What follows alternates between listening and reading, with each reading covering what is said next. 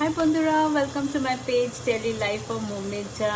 আর আজকে খুবই একটা মেঘলা দিন, তাই জন্যে এখন বিকেলবেলা, তাই জন্য ভাবলাম একটু কিছু মুখরোচক কিছু করি। তো বাড়িতে চিকেন কিমা পড়েছিল, তো সেটাই আমি ঝটপট করে বানিয়ে নিয়েছি। ইভেন বানাচ্ছি এখন, এই যে একটু কাবাব স্টাইলে।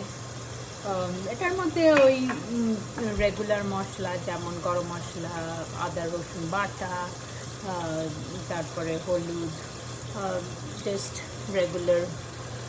আর এই যে কিছুটা ওখানে হচ্ছে, আর কিছুটা অলরেডি আমার বানানো হয়ে গেছে।